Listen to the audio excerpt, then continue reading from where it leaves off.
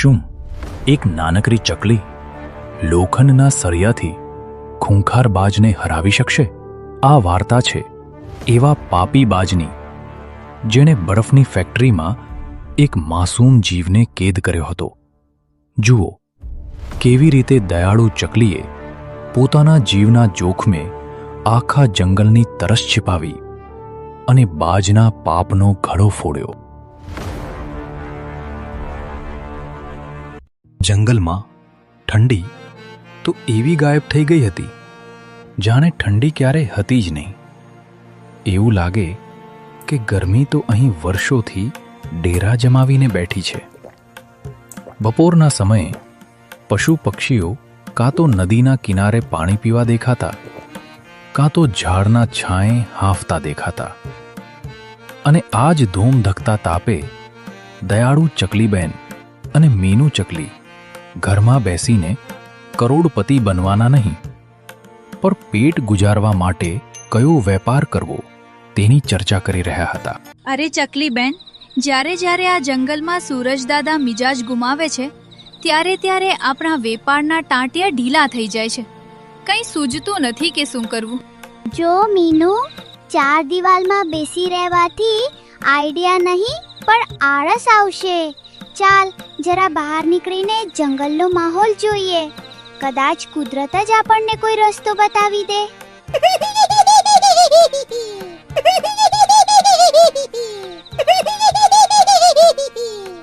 બાપ રે બાપા, આ ગરમી છે કે કોઈ ભઠ્ઠી?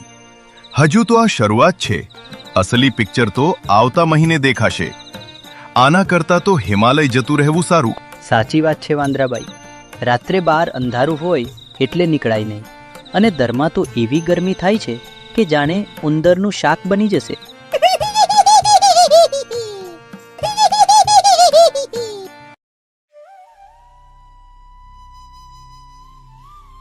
અરે ગાયબા, આ ધોમધકતા તાપે ખાલી માટલું લઈને ક્યાં રખડો છો? તબિયત તો ઠીક છે ને? શું કહું બેટા, આપણી નદી તો તળિયા ઝાટક થઈ ગઈ છે. પડોશી જંગલમાં પાણી લેવા ગઈ હતી, પણ ત્યાંના લોકોએ તો માટલું અડવા પણ ના દીધું. આ ગરમીમાં માણસ તો શું, પ્રાણીઓ પણ પથ્થર દિલના થઈ ગયા છે. બાપરે, જો ખેતીવાડીમાં પાણી નહીં મળે તો પાક સુકાઈ જશે, અને જો કોઈ બીમારને સમયસર પાણી ના મળ્યું તો એ બિચારો તરસ્યો જ દુનિયા છોડી દેશે. હા મીનુ, ગરમીમાં જો પૂરતું પાણી ના મળે ને તો આ મોટું શરીર પણ કામચોરી કરવા લાગે છે અને બીમારી ઘર કરી જાય છે. ગાયબા, તમે ચિંતા ના કરો. તમે ઉંમર લાયક છો, આટલે દૂર પાણી લેવા નહીં જઈ શકો. મારા ઘરે થોડું પાણી પડ્યું છે. અત્યારે બધા પી લો અને વધેલું પાણી ઘરે લઈ જાઓ. માં, શું બધા તરસ્યા રહેશે? ના બેટા, રસ્તો જરૂર મળશે. હે ભગવાન, કંઈક તો રસ્તો બતાવ. મારા કાના, મને શક્તિ આપ કે હું આ તરસ્યા ગરીબો અને વૃદ્ધોને મન ભરીને ઠંડુ પાણી પીવડાવી શકું. પણ આ તરસ छिपाવવા માટે મારે શું કરવું પડશે? ચકલીબેનની શ્રદ્ધા તો અટલ હતી, પણ શું એક નાનકડી ચકલી આખા જંગલની તરસ छिपाવી શકશે? શું તેને કોઈ એવો વેપાર મળશે જે સેવાની સાથે પેટ પણ ભરે? મમ્મી, આ બધી નદીઓ તો આપણો કાનો ભરે છે ને, તો પછી અત્યારે તે પાણી કેમ નથી નાખતો? અને જો પાણી ન નાખવું હોય તો તે આપણને બરફ કેમ નથી આપી દેતો? બરફના નાના ટુકડાથી તો થોડા પાણીમાં પણ કેટલાય લોકોની તરસ छिपाઈ જાય. અરે બેટા કાનો, તું આટલી મોટી મોટી વાતો કેમ કરે છે? અહીં જંગલમાં પીવાનું પાણી નથી મળતું અને તું બરફના સપના જુએ છે. ચકલીબેને પોતાના ઘરે સંગ્રહેલું પાણી પેલા તરસ્યા પ્રાણીઓને પીવડાવ્યું અને બાકીનું વધેલું પાણી ગાયબાના માટલામાં ભરી આપ્યું. પણ નાનો કાનુ હજુ પણ કંઈક વિચારી રહ્યો હતો. મમ્મી, તે જ તો મને કહ્યું હતું ને કે જ્યારે આપણે કાના પાસે બીજાના ભલા માટે કંઈક માંગીએ ત્યારે તે ચોક્કસ જવાબ આપે છે. હા બેટા, પણ અત્યારે તું ઘરે બેસ, બહુ તાપ છે. કાનુને ઘરે બેસાડીને ચકલીબેન ફરી કામની શોધમાં નીકળ્યા. પણ રસ્તામાં જે જોયું તે જોઈને તેમની આંખો ફાટી ગઈ. અહંકારી બાજે જંગલની વચ્ચે ઠંડા પાણીનો આલીશાન સ્ટોલ લગાવ્યો હતો. આવો આવો ભાગ્યશાળીઓ, આ ભીષણ ગરમીમાં ઠંડા પાણીની બોટલ ફક્ત 50 રૂપિયા. ગજવું ખાલી કરો અને ગળું ઠંડુ કરો. જલ્દી આવો, સ્ટોક મર્યાદિત છે. અરે ચકલી, તે વિચાર્યું આખા જંગલમાં પાણીની આટલી અછત છે, નદીઓ સુકાઈ ગઈ છે, તો આ બાજ પાસે આટલું બધું પાણી ક્યાંથી આવ્યું, અને એ પણ ઠંડુ ઘર? તારી વાત સાચી છે મીનુ. દાયબા જેવા વૃદ્ધોને પડોશી જંગલે પાણી ના આપ્યું તો આ બાજ પાસે આટલી મોટી ફેક્ટરી ક્યાંથી આવી ગઈ? નક્કી આમાં કંઈક કાળું છે. મને તો લાગે છે કે આ બાજ આપણી મજબૂરીનો ફાયદો ઉઠાવી રહ્યો છે. 50 રૂપિયામાં એક બોટલ, આ તો લૂંટ કહેવાય. બાજની ઠંડી બોટલો પાછળ કયું ગરમ સત્ય છુપાયેલું હતું? શું ચકલીબેન બાજના આ વેપારનું રહસ્ય ખોલી શકશે? અને શું કાનુએ માંગેલો બરફ જંગલમાં આવશે ખરો?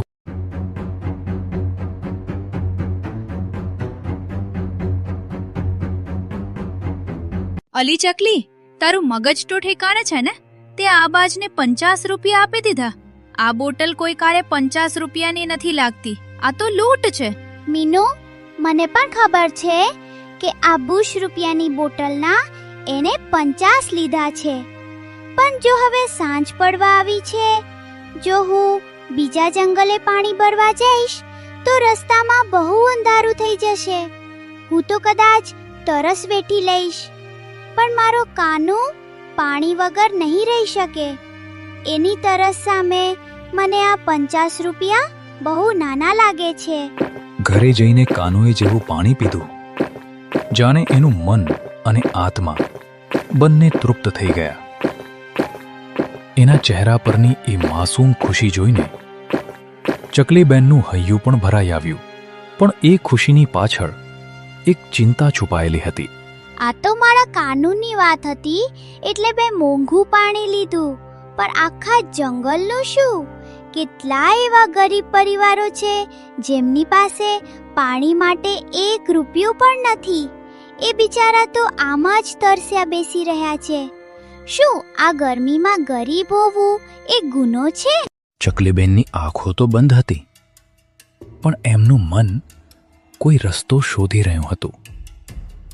શું કાલની સવાર કોઈ નવી આશા લઈને આવશે? કે પછી બાજની આ લૂંટ જંગલને તરસ્યું મારી નાખશે? કાના, કંઈક રસ્તો બતાવજે.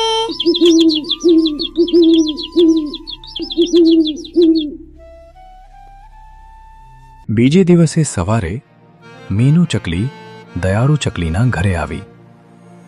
બંને બહેનપણીઓએ નક્કી કર્યું કે આજે ગમે તેમ કરીને નવો વેપાર શોધવો જ પડશે. રસ્તામાં કાનુનું ટ્યુશન આવતું હતું, એટલે તેને ત્યાં ભણવા બેસાડીને બંને જંગલમાં આગળ વધી. અલી ચકલી, તે કાલે પેલી 50 રૂપિયાની બોટલ લીધી હતી. એ પાણીનો સ્વાદ કેવો હતો? ગાંડી છે તું? પાણીનો વળી કઈ સ્વાદ હોય? પણ હા, ઠંડુ હતું એટલે કાનુના જીવને શાંતિ થઈ. બાજ આટલી ગરમીમાં ઠંડુ પાણી વેચે છે એટલે કમાણી તો એની જબરદસ્ત થતી હશે, નહીં? અરે આને કમાણી ના કહેવાય બકા, આ તો મજબૂરીનો ફાયદો ઉઠાવ્યો કહેવાય. આપણે 1-2 દિવસ મોંઘી બોટલ લઈએ, પણ આખી ગરમી હજી બાકી છે. આપણને આટલું મોંઘું પાણી ના પોસાય. અરે, આ ગાયબાને શું થયું? ગાયબા, ઓ ગાયબા, શું થયું તમને? કાલે તો તમે ઠીક હતા. પાણી પાણી ગળું સુકાય છે, કોઈ પાણી આપો.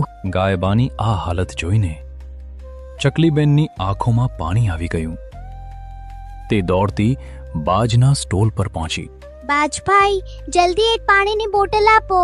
આ લો 50 રૂપિયા. બહેન, ભાવ વધી ગયા છે. આજનો ભાવ 80 રૂપિયા છે. લેવી હોય તો લો, બાકી લાઈન પાછળ ઘણી લાંબી છે. 80 રૂપિયા? કાલે તો 50 રૂપિયા હતા. આટલી લૂંટ? પોસાય તો લો, નહીંતર રસ્તો માપો. મજબૂરીના લીધે ચકલીબેને 80 રૂપિયા આપી દીધા. ગાયબાને પાણી પીવડાવીને ચકલીબેને મીનુને ત્યાં ઊભી રાખી અને પોતે મેડિકલ તરફ દોડી. પરંતુ રસ્તામાં જે દ્રશ્ય દેખાયું તેની એને કલ્પના પણ નહોતી કરી. અરે, અહીંયા આખા જંગલમાં પાણીની એટલી અછત છે અને આ રૂમમાં એટલી બધી ઠંડી દેખાય છે. કંઈ ને કંઈ તો ગડબડ લાગે છે. ત્યાં બાજની એક ખાનગી બરફની ફેક્ટરી હતી. અંદર બરફના મોટા મોટા ટુકડાઓ હતા, પણ સૌથી ભયાનક વાત એ હતી કે એક થીજી ગયેલા બરફની વચ્ચે એક નાનકડો કાચબો ઠંડીથી ધ્રુજી રહ્યો હતો. વધારે પડતા લો ટેમ્પરેચરને કારણે તે બિચારો બેભાન જેવો થઈ ગયો હતો. અરે, આ તો કાચબાભાઈ છે. પણ કાચબાભાઈ અહીંયા કેવી રીતે આવ્યા અને એમની આ શું હાલત થઈ ગઈ છે? કાચબાભાઈ, ઓ કાચબાભાઈ, આંખો ખોલો, હું આવી ગઈ છું. આ બસ તમને અહીં કેમ પૂરી રાખ્યા છે?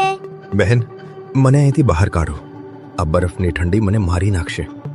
મારું શરીર થીજી ગયું છે. ચકલીબેન કાચબાને બહાર કાઢવાનો પ્રયત્ન કરતા જ હતા, ત્યાં પાછળથી બાજની છાયા પડી. એ ચકલી, તારી હિંમત કેવી રીતે થઈ મારી ફેક્ટરીમાં પગ મૂકવાની?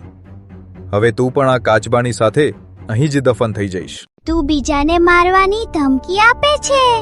તારા પાપનો ઘોડો ભરાઈ ગયો છે બાજ.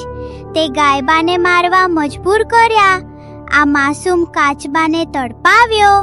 હવે તારો વારો છે. ચકલીબેને સળિયો ઉગામ્યો અને બાજ પર તૂટી પડી. બાજને એવો માર માર્યો કે તે બેભાન થઈ ગયો. ચકલીબેને કાચબાભાઈને ઢસડીને બહાર ધકતા તડકામાં લઈ આવ્યા. હવે ઠીક છે ને કાચબાભાઈ, પણ આ બધું થયું કેવી રીતે?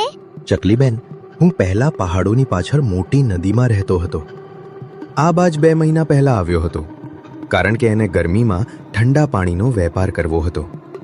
પછી એ દરરોજ આવવા લાગ્યો, તો અમારી વચ્ચે સારી દોસ્તી થઈ ગઈ. એક દિવસ એ પોતાનું જંગલ બતાવવા મને સાથે લઈને આવ્યો. ત્યારે એક ગરીબ ખિસકોલીએ પૂછ્યું કે આ પાણી ક્યાંથી લાવો છો?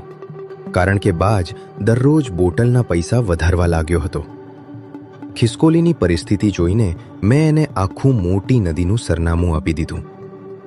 પછી ખિસકોલી અહીંથી ગયા પછી બાજે મને અહીં ફેક્ટરીમાં લાવીને બહુ જ માર્યો અને ફેક્ટરીની અંદર બરફમાં મને પૂરી દીધો હતો.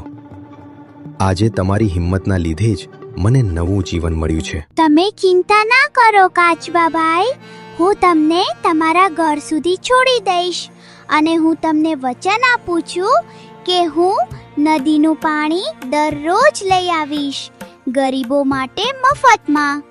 અને જે લોકો પૈસા આપી શકે છે એમના પાસેથી ફક્ત 10 રૂપિયા જ લઈશ. એ જ દિવસે બપોરે બસમાં કાચબાભાઈ, ચકલીબેન અને મીનુ ચકલી બેસીને મોટી નદી પર પહોંચી ગયા. કાચબાભાઈને ત્યાં પાછા મૂકીને 2 મોટા પાણીના કેરબા આખા જંગલ માટે ભરીને આવ્યા અને આખા જંગલને મફતમાં પાણી આપ્યું. એ જ દિવસે રાત્રે મીનુ ચકલી દયાળુ ચકલીના ઘરે આવે છે. બોલ ચકલી, શું કહેતી હતી તું? જો મીનુ, આપણે કાલથી પાણીનો વેપાર શરૂ કરીએ. પાણીનો વેપાર? હા, પાણીનો વેપાર. જો કાલ સાંજ સુધીનું પાણી આપણા પાસે હજી પડ્યું છે, એટલે આપણે 15-20 રૂપિયાની બરફ નાખીને ઠંડુ પાણી વેચીશું. જે ગરીબ છે અને પૈસા આપી શકતા નથી એમને મફતમાં આપીએ અને જેમની પાસે પૈસા છે એમને 10 રૂપિયાની બોટલમાં પાણી આપીએ. અને આમ ચકલીબેને વેપાર શરૂ કર્યો.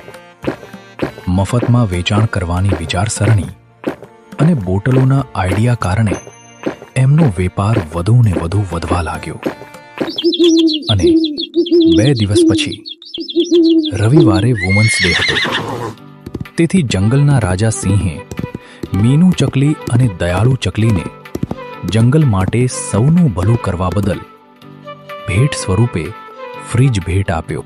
અને આમ મિત્રો, બીજાની મજબૂરીનો ફાયદો ઉઠાવનારનો હંમેશા નાશ થાય છે અને પરોપકાર કરનારની હંમેશા જીત થાય છે. હાય દોસ્તો, હું છું તમારી ચકલી.